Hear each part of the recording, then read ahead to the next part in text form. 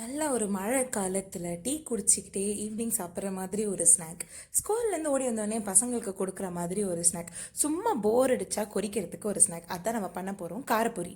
இங்கே நான் காரப்பொரி செய்யறதுக்கு எடுத்து வச்சுருக்கிறது நிலக்கடலை ஒரு கப், பொட்டுக்கடலை அரை கப், தென் தேங்காய் கொப்பரை கொஞ்சம் ஷேவ் பண்ணி வச்சுருக்கேன், தென் காஞ்ச மிளகா ஒரு தட்டில் எடுத்து வச்சுருக்கேன். இதுக்கு தேவையான ஸ்பைசஸ் நான் எடுத்து வச்சுருக்கேன். என்னென்னா பூண்டு, இடித்த பூண்டு நான் ஸ்கின்னோட தான் வச்சுருக்கேன், கொஞ்சம் கிறிஸ்பியாகும். தென் உப்பு, பெருங்காயம், மிளகாத்தூள் அண்ட் தென் மஞ்சத்தூள். தென் நான் இங்கே வந்துட்டு ஒரு கப்பில் கருவேப்பிலை எடுத்து வச்சுருக்கேன். கருவேப்பிலையும் வந்துட்டு வாஷ் பண்ணி அப்படியே ஃபுல்லாகவே வச்சுக்கோங்க, கட்டெல்லாம் பண்ண வேண்டாம். தென் ஒரு கப்பில் வந்துட்டு இதை வந்து வறுக்கிறதுக்கு தேங்காய் எண்ணெய், நம்ம கொப்பரெல்லாம் போடுறோம்ல, இதை வந்து நீங்கள் தேங்காய் எண்ணெயில் செஞ்சிங்கன்னா சூப்பராக இருக்கும். தென் இதுக்கு தேவையான மெயின் இன்க்ரீடியண்ட் ஒரு கப்பில் ஒரு டப்பா பொரி. ஓகே, இது வந்து ஆல்ரெடி உப்பு போட்டு ரோஸ்ட் பண்ண பொரி. நீங்கள் கலர் பார்த்தீங்கன்னாவே தெரியும், கொஞ்சம் லைட்டாக எல்லோவாக இருக்கும். அதனால் நான் வந்து உப்பு கொஞ்சம் கம்மியாக தான் போட போகிறேன். இது வந்து கம்பேரிசனுக்கு வச்சுருக்கேன். இது வந்துட்டு உப்பு போடாத பொரி. ஸோ நீங்கள் கலர் டிஃப்ரென்ஸ் பார்த்தீங்கன்னாலே தெரியும், உப்பு போட்டு ரோஸ்ட் பண்ணதும் போடாமல் ரோஸ்ட் பண்ணதும். ஸோ இவ்வளோ தான் நம்மளோட இன்க்ரீடியன்ஸ். இதை வந்துட்டு நம்ம வானிலையில் எல்லாத்தையும் சேர்த்து கொஞ்சம் ஃப்ரை பண்ணி மிக்ஸ் பண்ணிட்டோம்னா நம்மளோட சிவடா ரெடி. ஸோ இங்கே நான் ஒரு இரும்பு கடாய் வச்சுருக்கேன். இரும்பு கடாயில் நம்ம எடுத்து வச்சுருக்கிற தேங்காய் எண்ணெய் அதையும் ஊற்றிட்டு, அதை எண்ணெய் நல்லா சுட்டதுக்கு அப்புறமா நம்ம இன்க்ரீடியன்ஸ் போட ஸ்டார்ட் பண்ணணும். அப்படியே போடாதீங்க, எண்ணெய் இழுத்துக்கும். ஸோ இங்கே எண்ணெய் வந்து லைட்டாக சுட்டுடுச்சு. இது சுட்டதுக்கப்புறம் நான் இங்கே தட்டில் வச்சுருக்கிற இடித்த பூண்டை வந்து நான் ஸ்கின்னோடு இடித்து வச்சுருக்கேன். அதை வந்து நம்ம போட்டுட்டு நல்லா ஃப்ரை பண்ண போகிறோம். இந்த தேங்காய் எண்ணெயில் இந்த பூண்டு வந்து வறுபடுறப்போ வீடே கமன்னு இருக்கும். நீங்கள் எப்போ ஸ்நாக்ஸ் செஞ்சு முடிப்பீங்க, எப்போ ஒரு கப்பில் போட்டு தருவீங்கன்னு வீடே வெயிட் பண்ணுற மாதிரி ஒரு எஃபெக்ட் க்ரியேட் ஆகும். ஸோ இந்த தேங்காய் எண்ணெயில் இந்த பூண்டை போட்டுட்டு ஸ்லோவாக சிம்மில் வச்சு ரோஸ்ட் பண்ணுங்க. இந்த மாதிரி சிவ்டா பண்ணும்போது மெயின் என்னென்னா, நீங்கள் வந்து கொஞ்சம் சூடு கம்மியாக வச்சுக்கணும் இதுக்கு, மிக்சருக்கு எல்லாத்துக்குமே. ஏன்னா நீங்கள் ரொம்ப ஹையில் வச்சுட்டிங்கன்னா கலர் நல்லா ப்ரௌனாக வந்துடும், உள்ளே வெந்திருக்காது. ஸோ இதை நல்லா ரோஸ்ட் பண்ணிக்கோங்க. பாருங்கள், எங்கள் லைட்டாக கலர் மாறிடுச்சு. நான் சைடில் அப்படியே தள்ளி வச்சுட்டு இது கூடவே அடுத்து நான் வந்துட்டு தட்டில் வச்சுருந்தேன் இல்லையா நிலக்கடலை பொட்டுக்கடலை, அதையுமே வந்து ஆட் பண்ணிக்க போகிறேன்.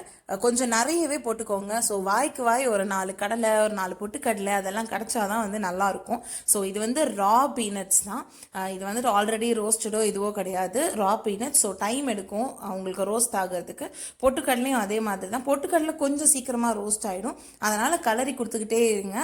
கலர் உங்களுக்கு வந்து நல்ல பிரைட்டாக ரெட்டாக மாறும். உங்களுக்கு வந்துட்டு உங்களோட வேர்க்கடலை அது மாறினதுக்கப்புறமா உங்களோட பொட்டுக்கடலையும் நல்லா கோல்டன் ப்ரௌன் ஆனதுக்கப்புறமா தான் நீங்கள் வந்து மற்ற இன்க்ரீடியன்ஸ் ஆட் பண்ணணும். ஸோ அது வரைக்கும் நல்லா வதக்கிட்டே இருங்க. இது வந்துட்டு ஒரு ஹெல்த்தி ஸ்நாக். ஈவினிங் வந்து பசங்களுக்கு ஸ்கூல்லேருந்து வந்த உடனே ரெடி பண்ணி கூட இல்லை, நீங்கள் ரெடி பண்ணி டப்பாவில் போட்டு வச்சுட்டா 1 வீக்குள்ளே காலி ஆகிடும். அதுக்கு நான் கேரண்டி. இது வந்து என்னோட மாமியாரோட ரெசிபி. அவங்க இதை பண்ணி தான் எனக்கு பழக்கப்படுத்தி விட்டாங்க. இது ஈவினிங்னு இல்லை, எப்போல்லாம் பசிக்குதோ அந்த பக்கமாக கிச்சன் பக்கமாக போனால் ஒரு கை அள்ளி வாயில் போட்டுக்கலாம். பூண்டு பிடிக்காதவங்க, பூண்டு சேர்த்துக்காதவங்க இதை மட்டும் ஸ்கிப் பண்ணிடுங்க, மிச்சம் எல்லாத்தையும் அப்படியே ஃபாலோ பண்ணுங்கள். இது வந்துட்டு தேங்காய் கொப்பரை வந்து நான் செதில் இங்கே வந்து கட் பண்ணி வச்சுருக்கேன். தென் காஞ்ச மிளகா, நான் இங்கே வந்து பேடிகை மிர்ச்சி யூஸ் பண்ணிகிட்ருக்கேன். நீங்கள் நார்மல் நீட்டு மிளகா கூட போட்டுக்கலாம்.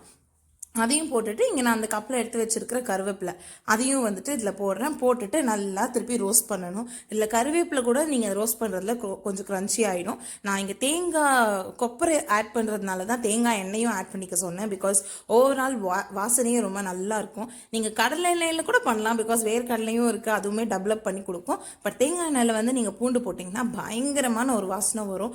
அது பொரி ஃபுல்லாக அப்படியே ஸ்ப்ரெட் ஆகி ரொம்ப நல்ல டேஸ்ட்டாக இருக்கும்.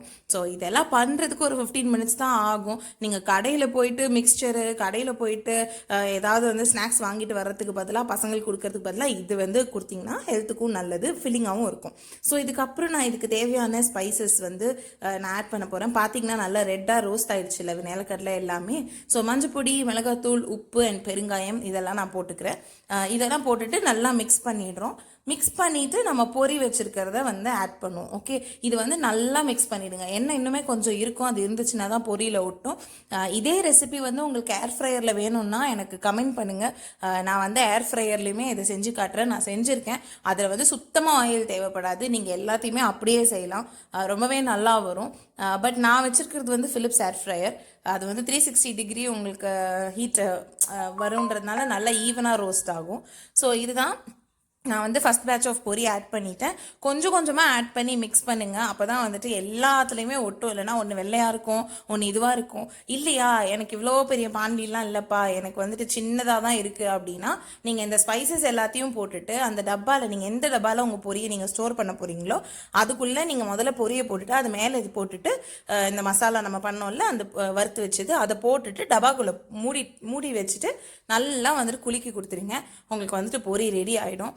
இது வந்துட்டு இதுலேயே வந்துட்டு அவல் கூட போட்டு பண்ணுவாங்க. அது மேலே தயிர் ஊற்றி சாப்பிட்டா கூட சூப்பராக இருக்குது. நான் அதையும் வந்து சாப்பிட்ருக்கேன். அதுவுமே எங்கள் மதர்இன்லா அவங்க செஞ்சது தான். இது வந்து எனக்கு ஒரு அடிக்ஷனு. எங்கள் வீட்டில் இது வந்துட்டு ஒரு டப்பா பொரி வச்சிங்கன்னா கூட ஒரு 2 நாளில் காலி ஆகிடும். அதே வந்து சாப்பாடு மாதிரி பிரேக்ஃபாஸ்ட்டு கூட சாப்பிட்லாமே, டின்னர் கூட சாப்பிட்லாமேன்னு சாப்பிடுவோம். ஸோ இது வந்துட்டு பார்த்திங்கன்னா பொரியில் நல்லா ஈவனாக ரோஸ்ட் ஆகிட்டு இருக்கும். ஓகே, இப்போ எடுத்திங்கன்னா இந்த மாதிரி பாருங்கள் பவுடர் ஆகிடும். நசுக்குனிங்கன்னா அந்த நமத்து போன மாதிரி இருக்காது. அதுக்கு தான் கொஞ்சம் வந்துட்டு அந்த சூட்லேயே ரோஸ்ட் பண்ணணும். நான் இங்கே வந்துட்டு அதை வந்து ஏர்டைட் டப்பாக்குள்ளே போட்டுட்டு நல்லா மிக்ஸ் பண்ணியாச்சு. ஸோ இது வந்துட்டு சூடு ஆறுனதுக்கப்புறமா க்ளோஸ் பண்ணி வைங்க. சூடு ஆறுனதுக்கப்புறமா இதில் போடுங்க. அப்போ ரொம்ப நாள் வந்துட்டு மொறுமொறுனே இருக்கும். ஸோ இங்கே வந்துட்டு காரப்பொரி ரெடி. உங்களுக்கு இதே மாதிரி ஹெல்த்தி ஸ்நாக்ஸ் நிறைய வேணும்னா கீப் வாட்சிங் அண்ட் மறக்காமல் சேனலை வந்து சப்ஸ்கிரைப் பண்ணிவிடுங்க. சப்ஸ்கிரைப் பண்ணாமல் பார்க்காதீங்க, ஏன்னா எனக்குமே கொஞ்சம் மோட்டிவேஷன் வேணுமா இருக்குல்ல. அதனால கொஞ்சம் சப்ஸ்கிரைப் பண்ணுங்கள், லைக் பண்ணுங்கள், ஃப்ரெண்ட்ஸ் கூட ஷேர் பண்ணுங்கள். வீட்டில் குட்டீஸ் இருக்கீங்கன்னா நீங்கள் வந்து உங்கள் அப்பா அம்மாவுக்கு இதை அனுப்பி செஞ்சு கொடுக்க சொல்லுங்கள். Okay, see you, bye.